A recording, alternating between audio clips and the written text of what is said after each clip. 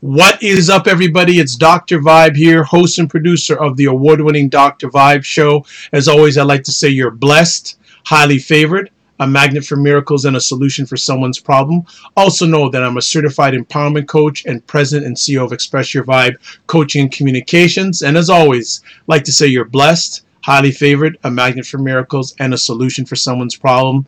And you know that I always love having new friends come on the Dr. Vibe show, which is the home of Epic Conversations. And I'm the host of Epic Conversations. And we have another new friend tonight doing her first YouTube live conversation on, and period, not on Dr. Vibe, anywhere. It's just brand new for her.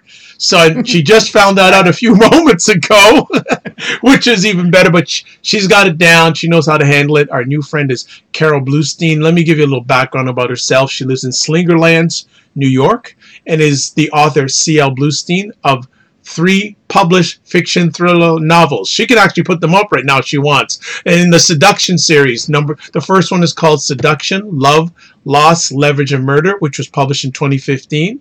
I love this on prompts. The number 2 one is Perception. Where is it? There it is. There's Perception, Love, Loss, Leverage, Murder, 2016. It feels like I'm driving a car. Yeah, exactly. And Isolation, Love, Loss, Leverage, Murder, 2017. She's the author of You Want Me to Do What? A contemporary presentation of the Exodus story, which, through a series of interfaith playlets, lets participants walk in the sandals of our ancestors. The free download can be at her you can get the free download at her website, carolbluestein.com. She's also a member of the International Women's Writing Guild. She's also a contributor, which I am also, the Good Men Project. In her written work, she also expresses her entrepreneur skills in arts management, computer and business consulting, teaching, public speaking, and professional photography. Her hobbies include #resist, which we'll get into maybe a little bit, but I know there's a further conversation coming with that because she's not had the greatest of days. We may get into that today. We may not.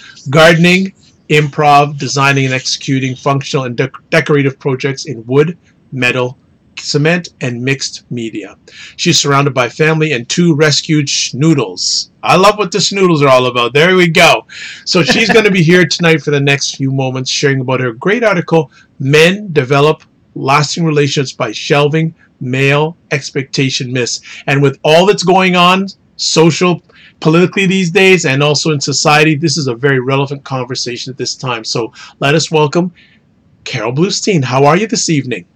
I'm great. I'm so excited to be here because we have actually talked on the phone, but this is, our first real conversation. Yes, we have talked on different conference calls by the Good Men Project, and when I reached out to Carol, she said, "I'd be honored." I go, "Wow, so I better get her on if she'd be honored." So, Carol, what we love to do with especially new friends on the Dr. Vibe shows, if they can give a little bit of background, where you grew up, life growing up, etc., we'd really appreciate that.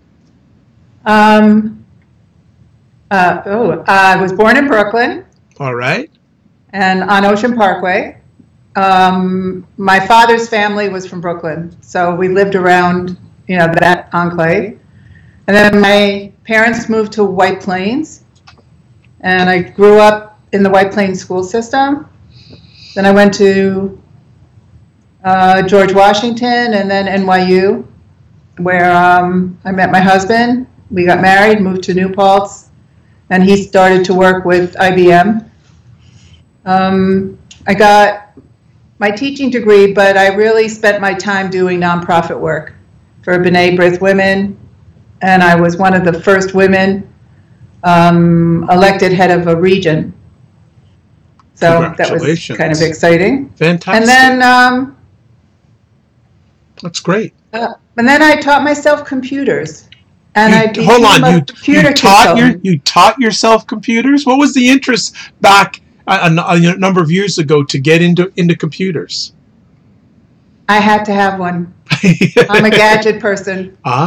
The Okay. very first one I had was, I think, 5 meg of storage, and it looked like a box with a ribbon across the top, which was the screen, and you could type and just see the letters going across, like a ticker tape Yeah. kind of thing. And then I got the first IBM home computer, Wow. and I couldn't work it because it doesn't come with programs. You had to learn BASIC. Yeah. So I started learning some BASIC, and then I started adding some programs as they came out. And then they never did what I wanted them to do. So I learned how to program to get the program that I needed to work the way I wanted it. So you're a gadget girl. I'm a gadget girl. And so gadget girl, gadget lady, not gadget girl, gadget lady. So what were some of your careers before you got into what you're doing now? I did arts management. Okay. And then I went into the computers, and I started teaching, and then I started getting private contracts. So I became a full-time consultant for a number of years. And then I decided I didn't want to keep up with the changes that were happening in the computer industry. You know, Microsoft was adding new programs and backgrounds and stuff, and I just didn't want the hassle. So I happened to take some pictures. Happened. And people really liked them. Happened. Okay. Happened to take some pictures. Okay. And I really didn't have any business, I was told, being able to do it. But I was able to catch people at the peak of expression. You know, wait for that moment where they're alive in the image. So I started doing parties and then weddings. And then I moved into professional photography for about 20 years. Wow. How was that experience? It was very interesting. I had had a lot of business experience and a lot of networking experience, and I was going to be a public speaker. Okay. But I felt after I got Lyme disease in the 90s, I couldn't be sure of my words all the time. Okay. And I took all those skills working with people, because if people can help you direct what they want for their weddings, then you can give them the pictures that they're expecting. It's a great thought process. I fully agree. Fully agree. So the weddings were about them, and to make it a little bit easier, I did a pre-wedding shoot. Yeah. And I would let the guys pick out the girl's picture, and the girl pick out the guy's picture. Interesting. And what's very interesting about that Yeah. is that we don't realize what expressions the people we love really love on us. We only think about how close we look to a movie star or what's our best shot. It was very interesting. Girls would go, "You like that one?" And he said, "Yes, you smile, you look happy, you're beautiful." And she goes, "Oh, okay." And then the finished end of that is that when I did the wedding pictures, they relaxed and were themselves because they knew that they looked beautiful because the other one had already told them that. Wonderful. Before we go any further, I just want to shout out Think TV. Thank you again for jumping on. And if you have any questions or comments for Carol, please feel free to put them in the comment section. I'll certainly get her to answer whatever you have to ask or provide any. Okay, no problem. She goes, "I apologize for miswording question on the last the previous conversation." She said she was busy cooking and listening. No worries. I accept people where they're at, so no problem. That's all good. So how did you transition into writing? At the end of my photography career, my mom became ill, and her husband, who was my stepfather. And they moved across the street from me, and I took care of them for 6 years. And when it was over, my friend said, "You have to come to this writing conference." And that's when I went. Okay. And And I brought my work up to that point, which I thought was fabulous. Because I think nice. everything I do is fabulous, except that I found out I didn't know very much at all. But at least you had the confidence, right? Yeah, I had the confidence. You had the confidence, so you had a positive expectation. What was the first written piece that you did that you really felt proud about?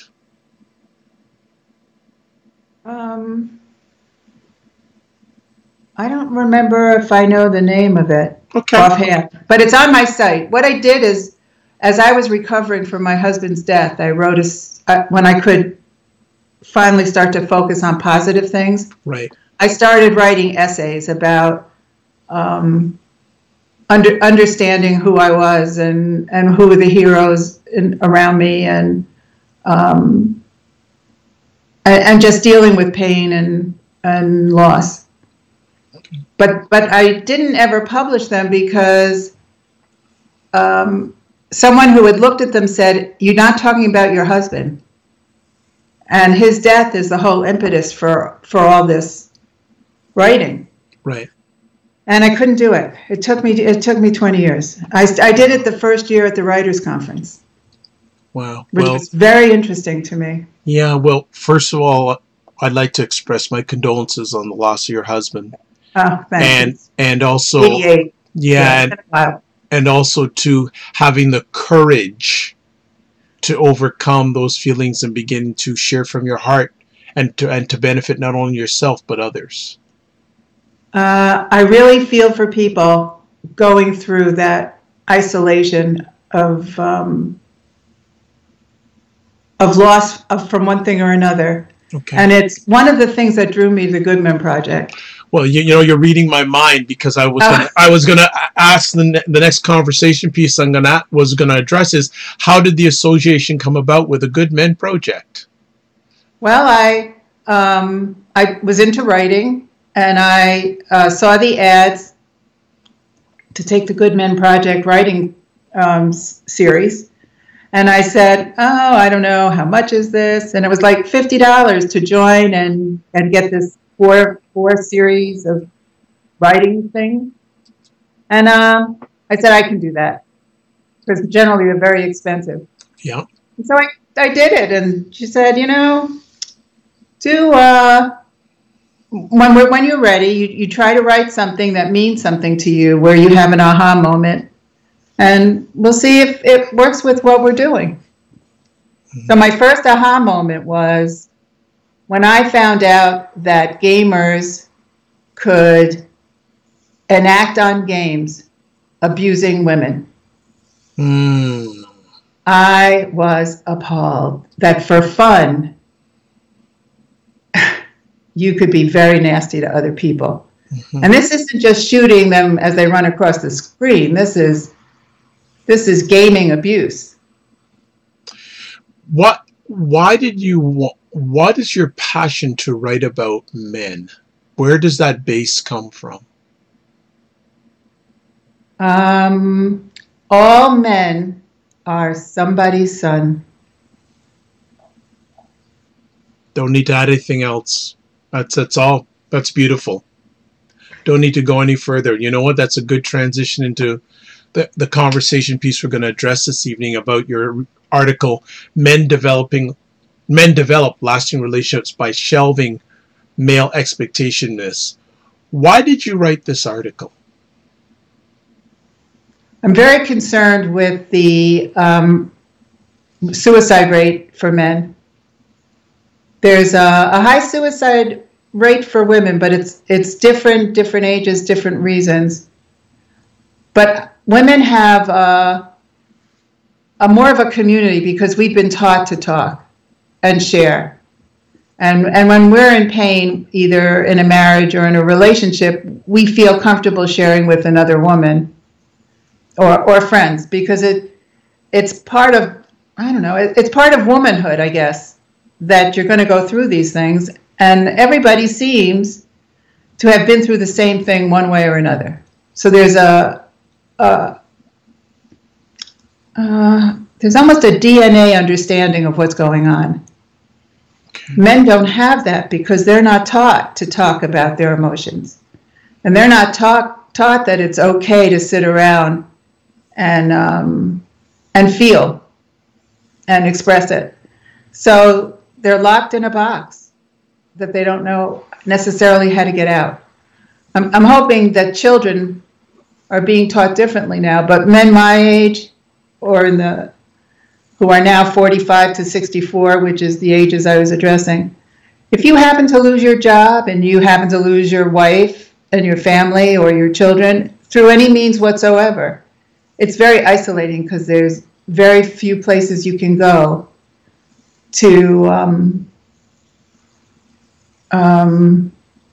balance the pain. So good. Go ahead. I guess, yeah. Yeah, it's one of the statistics I quote periodically that of the suicides that are committed by people over 40 years old, 80% of them are by men. Yes. And also it's the somewhat same statistic about teenage suicide too, that a high proportion are committed by young boys. So I understand 150% where you're coming from, and that message needs to be really, whenever I share that with people, especially people who don't know it, they go, wow. It's awful. It is. It's a big challenging situation. You cited a Harvard study. Yes. In your article. Can you give us a little background on that study that you cited in your article? I would have to actually click on it and look at it. No, that's okay. Specific. But what it was is that over a 75-year period, a group of sociologists from Harvard studied a group of men from some were from like a prep school and some were from the streets. And they followed them for 75 years, touching base with them periodically. And they found out that for all the different things that men go through, the thing that kept them the healthiest in mind and body were relationships. Nothing else really mattered. Yeah, I not surprised. Not surprised. And one of the findings that you got out of this survey or study was that married men in good, happy marriages fare the best. That's right. They keep their minds longer and they keep their health longer. Okay, so then you come up with a good question. Why can't middle-aged men find happiness? Why can't they? I know. Well, you're asking me. Yeah. Well, you can cite the survey, but I also would like your take too, because I consider you a thought leader in this area. Well, the reason that I came up with is because men have expectations of the people they see themselves with, and when you're in your 45, 50, you're hitting an age where you may not be as attractive as you think you are. Men may not be as attractive as they think they are to the mid-30-year-old woman. Of course, she's a yoga teacher and in perfect body conformation and bright and charming and funny and all those things that you need. And they don't really know what to do about that because that's the expectation that other people have for men to have. Their dates matter to how they look publicly. Does that make sense? Yeah, it's another thing that one of the things I share when I get a chance to share with men. I guess I'll start with this premise. Most men think linear. Yes. 1 + 1 = 2. Whereas, and this is generalization, folks, women can handle 1 + 1 = 3 better than 1 + 1 = 3. Most men can't handle that. We like things straight, narrow, 1, 2, 3. Based on that background, there are at least two moments in a man's life where he's not level. And I compare it to if you've ever ridden a motorbike and you're not the driver, but you're the passenger. Yeah. There are times you're going to get into dips and turns. So That's one right. of the turns is when a young man gets out of college or university. He's not a boy anymore, but he's not a man yet. Mm-hmm. And he doesn't know his identity, or he's not. Most men aren't saying I don't have an identity, but then we get to the age group you're talking about, men in their 45, 50s. They're not an old man yet, but they're not a man anymore, and they have these feelings of, well, a lot of them say I haven't accomplished what I wanted to accomplish by this age, or unstable. That's right. I think the definition men have of success, which is money and power primarily, is not the definition that women have of success. Yes. That's so true. I think that encroaches on how they perceive themselves. So where they may feel somewhat of a failure, a woman listening to their story might not see that at all. Okay. Because that's not what's important. Agreed. And I want you to expand on this one, this conversation piece, because I think we could do a whole conversation just on this next piece. I'm quoting your article. As in all else, so quote, as in all else, things change, and no change has baffled men more than the accomplished woman, unquote. And in lieu of that statement, in lieu of what's going on in the media these days, yes, you knew you were dropping a little bit of an atomic bomb with that statement. Well, it's been around a little while, but yes. It wasn't a new statement to me. No. I think that over the years, women have been seen as the homemaker and only going out to work when she absolutely has to. But primarily, men are looking for someone who will take care of their lives so they can go out and work and come home and do whatever they need to do, and there'll always be someone there organizing their life and their children. But today, because there are more divorces and women are having babies out of wedlock, and families now are growing up with single parents, especially women, that they have now the same obligations that the men do who are available for dating, because they're all older and they now have lives and they have responsibilities. And I don't think that, I think they expect the woman to give up everything she's done, and I think that's not going to happen, because women want to have companionship, but they don't need it because they are taking care of themselves now.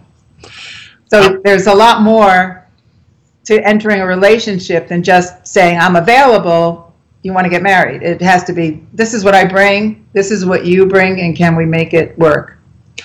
I'm going to build on this conversation piece, but Think TV has an interesting comment here. She goes, and I think men may base part of their success on what type of women they have, or woman they have. Yes. Because it's image. Okay. They think if they have the right image on their arm, then they're going to add to what people perceive them as in powerful and successful. This thought process about men still being baffled by accomplished women, it's been around for a long time. But why are you seeing a little bit of a change in men's thought process on this? Or I know we still probably have a long way to go, but at least over the years, do you feel it's changed a little bit with at least some men? I'm sure. I'm not talking about all men ever. Understood. I fully understand that. I think some understand that you want someone who's in your time availability slot, so that if you're retired, you might want to find a woman who's retired so that you can both do this things together and work doesn't interfere with that. So there's a certain point where you're not really looking for the woman who's working. But if you're going to look for a younger woman as opposed to an age appropriate, then I think you're going to have problems. Because the interests are different. That's a challenging point too, because again, we have the whole aspect of boys and their toys, and some, and it's true, and yes. some men who are in the demographic we're talking about right now, wanting to relive things in the past they didn't have. That's right. Which I don't hear the term as much as I used to, called midlife crisis, but I that boys and toys thing, say, you know what? When I was younger, I didn't have a stunning young lady, but now it's time to do that. Absolutely. And they can also hook up on things like Tinder. Yep. And other apps where in order to have sex, you don't have to go out per se. It's concerning. And what do you think this effect will have, what we're talking about right now as we progress through our conversation? What effect is that having on younger men, do you feel? Which part? The Tinder? Well, not the Tinder part, but the aspect of what you say about let me rephrase it another way. Do you feel that younger men are handling the changing roles of women better than their fathers or the generation ahead of them? I don't know. On the Good Men Project, I'm on the dating relationship conversation, and there's a great deal of difficulty with young men finding appropriate women. Because they're not really sure, I don't think, what they're looking for, because they're in between. Right. They're in between. I really would like a mother to pick up after me so I don't have to worry about that stuff. But I really want someone I can talk to who has a life and is not totally dependent. And finding that connection, I think, is very hard for people. Well, I think even it must be even more challenging for men that are not educated about relationships, like just relations with other men. That would add another level of challenge to that difficulty, or another level of difficulty to that challenge. I'm sorry. No, it's even having the conversation that starts a relationship. That's hard. What do you talk about? And it's interesting too, because I think the number one relationship a man or any person should have is with themselves. I agree. And it sounds on these conversations that you're having with men, you may sometimes go, this person doesn't have a good, you're concerned, how's their relationship with themselves, let alone relationships with others? That's right. I can't answer that, but you can. Do men have conversations with themselves about being different or better or more open? Or I think with a number of men, I won't say a number of men, they don't have starting those conversations until either something happens in their life that could threaten their life, or another time can be when they lose their father. Something, in a lot of cases, something challenging has to happen in their lives to realize that they're not invincible and they can't carry on the way they have, because they almost lost their future. That's right. And they were just proven that they're not, I lost the word. Not invincible, but that they can die too. It's not, life is not eternal. You have to make use of the time that you have, because you never know when it's going to go. I love another quote here from the article. You have, quote, "All is good until the day men find their relationships are gone. Parents inaccessible, friends busy with their own lives, job meaningless and stressful. If there is a job, a society puts a premium on youth, ignoring experience, wisdom, and perspective." It's deep, but real. It's true, though. I almost get a picture of a man standing in the middle of nowhere, lost. I think it happens that way. And it happens to women also.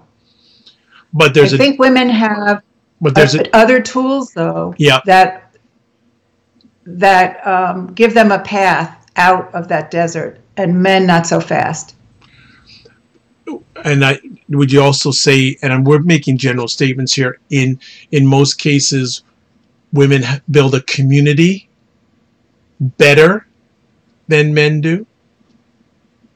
I would say that's true, but I will tell you from my own experience that not all women reach out all the time either. True. And, I agree. And there's a big time of isolation, self-imposed often, and you have to learn that it's okay to reach out. And it's okay to be vulnerable, and there are many different ways to do it. I mean, you can go to groups, or you can just start going to interest groups that are not emotionally challenging, but at least you're not isolated. Excellent. But it's hard, and I think men reach out harder than women because they don't reach out normally during their lifetime, and I think women tend to. And we're just going along in the article here, so we're just having a nice little journey. Also, you compare, and we're making generalizations, life like for women 45 to 64 compared to life for men 45 to 64. I don't know that I can compare a man's life. Well, okay. I can tell you that when I hit 50, I was free of social conventions as far as I was concerned. Mm-hmm. And I stopped caring and just did my thing. And it was very freeing because there was no other way for me to go if I were going to survive. My husband died when I was 45, so I had a little bit of time to think about that. And when I realized that I wasn't going to be married again so fast, then I had to work on me. And my choice was to build the highest quality of life I could for myself, and then take a reevaluation in 5 years and see how I'm doing. And not to restrict myself to what I knew, but to say yes to new things and go out and at least try them. That's a good thought process. So a lot of it has to do with the person who has to make a decision that they're going to lead a different life. Not the same one that brought them to the point of despair, shall we say, or intense loneliness. But they have to make a decision to at least try and give themselves enough time to build that life.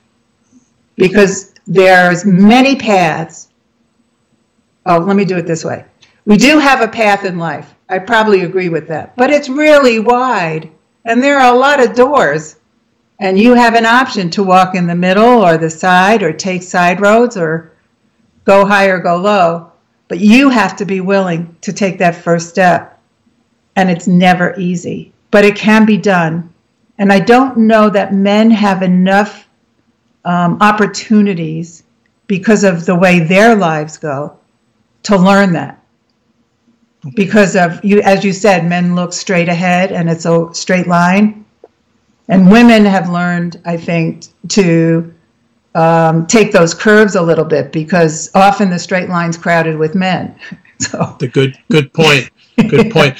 Just to that's a good point. Go ahead.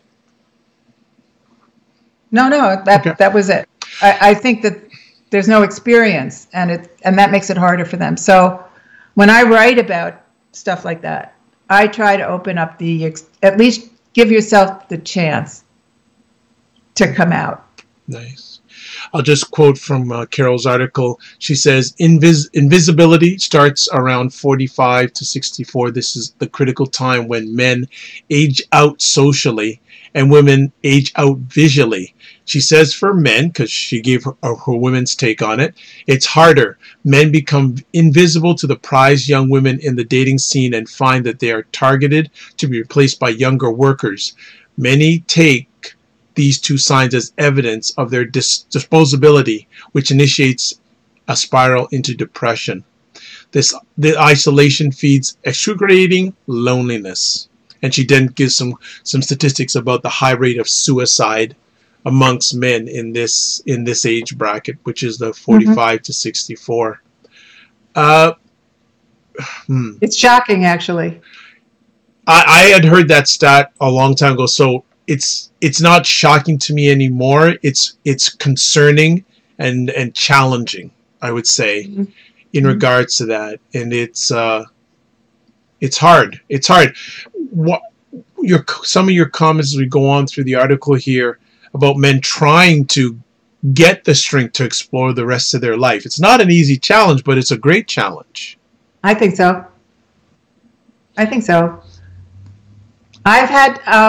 got an entrepreneurial spirit from somewhere. I don't know, but okay. I've done about 7, 8 different occupations, one after the other, because things would pull me different ways. And I don't know that that's always open to people. So they only know one way. And the whole idea is that there are so many different lives out there that every day that we learn and read and educate ourselves, it gives us another piece of the puzzle that gives us a wider appreciation for the things that we're able to do. And then we need to try. Which brings up a very, very interesting conversation piece. It's, from what I hear and listen to, that men are more risk takers a lot of the time than ladies. But it seems in this area here, there's a bit of hesitation. I think so. I think they're risk takers when it relates to money and power, but they're not so much a risk taker when it comes to themselves and feeling safe and embraced. Why do you think that is?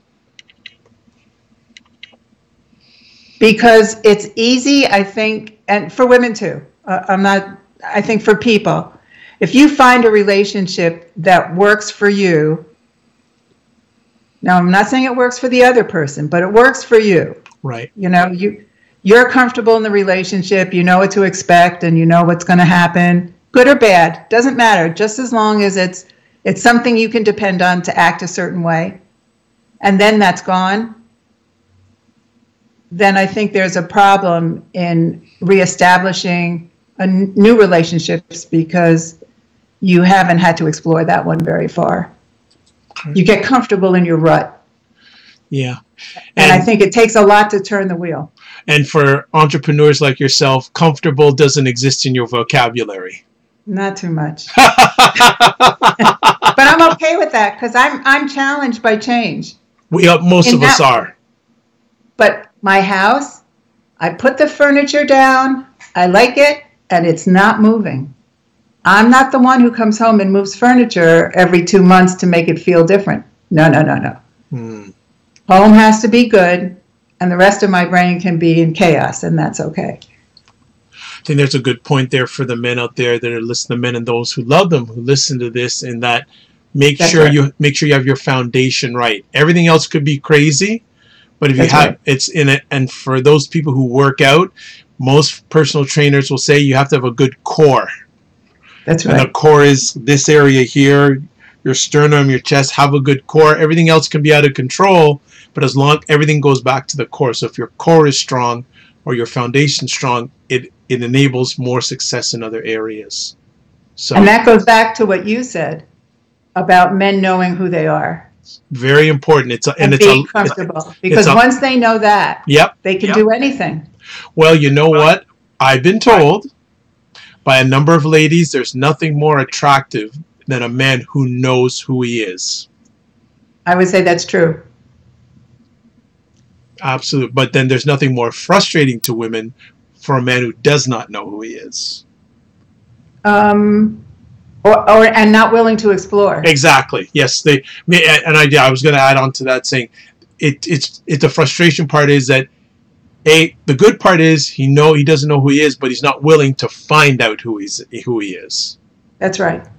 Nice. I think the biggest frustration for a woman meeting a man in conversation is someone who isn't going anywhere, either in thought or deed or whatever. Right. They're just stuck where they are and are looking for people to come into their world as opposed to stepping outside their world and making a compromised world. Mm-hmm. Yes.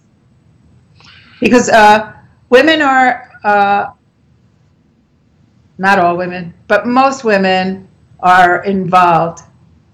And when they're out looking for someone to be with, they want to be with other people who are involved. And that means men too. So meeting a man without goals or interests or, I just want to sit on your couch and watch TV, it's not going to get them very far, I don't think, in a relationship kind of way. Okay. Because we want to share. We want someone to share our lives with. Yeah, I want someone who has purpose. That's right. Absolutely. And you say something here that I was in a conversation with someone this afternoon, and I said the same thing, that relationships are the cornerstone of life. Yes, for sure. And all relationships, not just sexual. Makes a lot of sense. And also another quote here, you say, relationships are no longer born out of frustration. That's right. Where does that come from? I think that's quite the quote. I love it. Got my attention big time. They're not, I'm not sure what I meant by that because I don't actually have the article in front of me. But we're not looking to hook up with somebody because we have nothing better to do. There you go.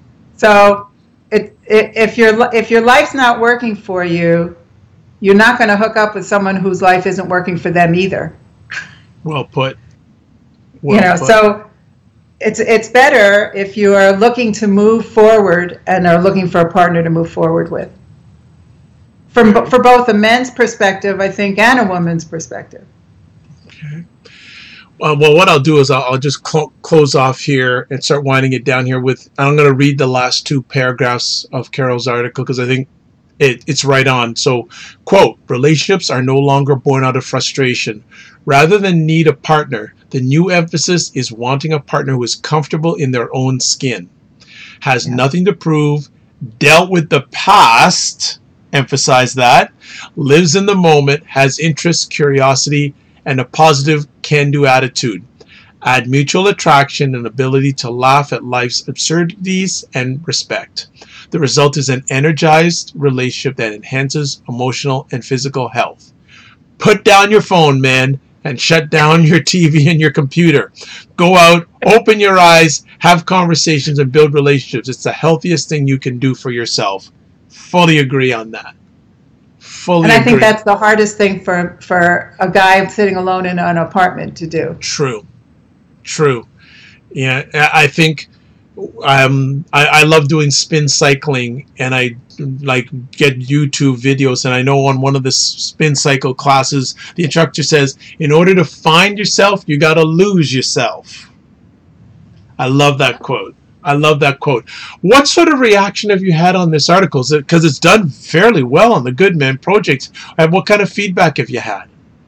I had one gentleman who said he had just finished a divorce, and he was feeling very lonely and didn't really know what to do with himself. And the article helped give him some direction. Wonderful. So, okay. I'm one person at a time. I'm good with that. Absolutely. And another was from a woman who said she reads relationship articles all the time, but she's never seen one that addresses women of a certain age. Wonderful. That is great.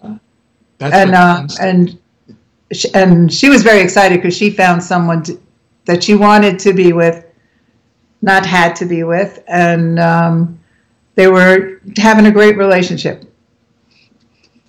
Yeah, bravo. I know. So that's great. That is really, nice. Really great. It's nice to feel that maybe there's, someone out there that's feeling better. Absolutely. Yeah. What is up next, writing-wise, for yourself? I have some articles coming out. One is about the men in the Me Too issue. In the sense that together, awake men and women have to come together to fight the patriarchy, because we have to take over the elections in 2018 and 2020. And we're not going to be able to do it separated. Good point. So we have to agree that we cannot let ourselves be dictated to by a certain group of people that have no egalitarian hormones. And we're gonna save Carol's additional commentary for another conversation because she's got comments. Lisa and I are doing a series of articles on a platform for informed voters. Wow. So definitely more to come. So more to come. Yeah. Let me ask, if people want to get in touch with you, how can they do that? If they Google me, it's Carol Bluestein. I have a website, carolbluestein.com. And on the Good Men Project, they can Google CL Bluestein Good Men Project. Wonderful. Any final words you have for men before we end our conversation today? I think men are wonderful, and it's painful to find out how society has abused and used men and forced them into a similar silence as it has forced women. And I think that if all of us can find our voices again, that we can make a huge difference in the way this world works and bring back empathy and positivity that I think is lacking. Well put. Well, there it is. She is on for the first time, but definitely not the last time. Carol, I'd like to thank you for taking time in your positive, productive schedule to appear on the Dr. Vibe Show, Home Epic Conversations. You're going to be back, I know, very soon. Well, thank you for having me. Oh, the pleasure's mine. It was certainly well worth it and better. You were out of bounds, and that's a good way. That's a compliment for me. You are out of bounds. Thank you. It's Dr. Vibe here. I'm host and producer of the award-winning Dr. Vibe Show. As always, I like to say you're blessed, highly favored, a magnet for miracles, and a solution for someone's problem. If you want to catch epic replays of epic conversations like this that I do via YouTube, just go into YouTube, put in the search engine, Dr. VIBE space SHOW. If you want to listen to audio replays, and let me get back to the YouTube channel, there's about 350 replays there. So, and almost 300 followers, which is that done in basically 6 or 7 months. So appreciate it. So if you feel like becoming a subscriber of my YouTube channel, please do. I'd appreciate that. Also, to replays of my audio conversations, you go to my website, drvibeshow.com. You can go to Apple Podcasts, iHeartRadio, TuneIn Radio, Stitcher Radio, and also Google Play Music Store. You can listen to selective audio replays at thegoodmenproject.com. I've heard of that place before. And also wjmsradio.com. I'm also a brand ambassador for the only online magazine dedicated to African Americans in food, wine, and travel. That's Cuisine Noir Magazine. The website address is cuisinenoirmag.com. I'm also providing a service called Getting Media Coverage, where I provide media promotion for businesses and entrepreneurs so they can elevate their business. And also, I'm a certified empowerment coach, president and CEO of Express Your Vibe Coaching and Communications. If you'd like a complimentary 30-minute session, please touch base with me at Twitter-wise at drvibeshow, email address dr@drvibeshow.com, or you can go to my website and fill out contact information there. 3 last things I'd like to say. First of all, live your life as a dream. If you can dream it, you can make it. Also, sometimes you have to get smaller to get stronger. Actually, 2 more things. I want to actually thank Think TV for hanging in for the whole conversation. Thank you so much. And actually, she says, great article. So she referenced the article, so she really enjoys your article. So you know what? The contact information for Carol is on the post and also be on the post for the replay of this conversation. Definitely reach out to her, and she would love to hear from you. So finally, God bless. Peace be well. Keep the faith. Thanks very much for stopping by. And if in about 10 minutes time, I've got another epic conversation coming up. So hang out with us. And thank you so much. And for those, happy holiday season, whatever you celebrate. But be safe and walk good. Good night, everybody. Good night, everybody. Here's my hands.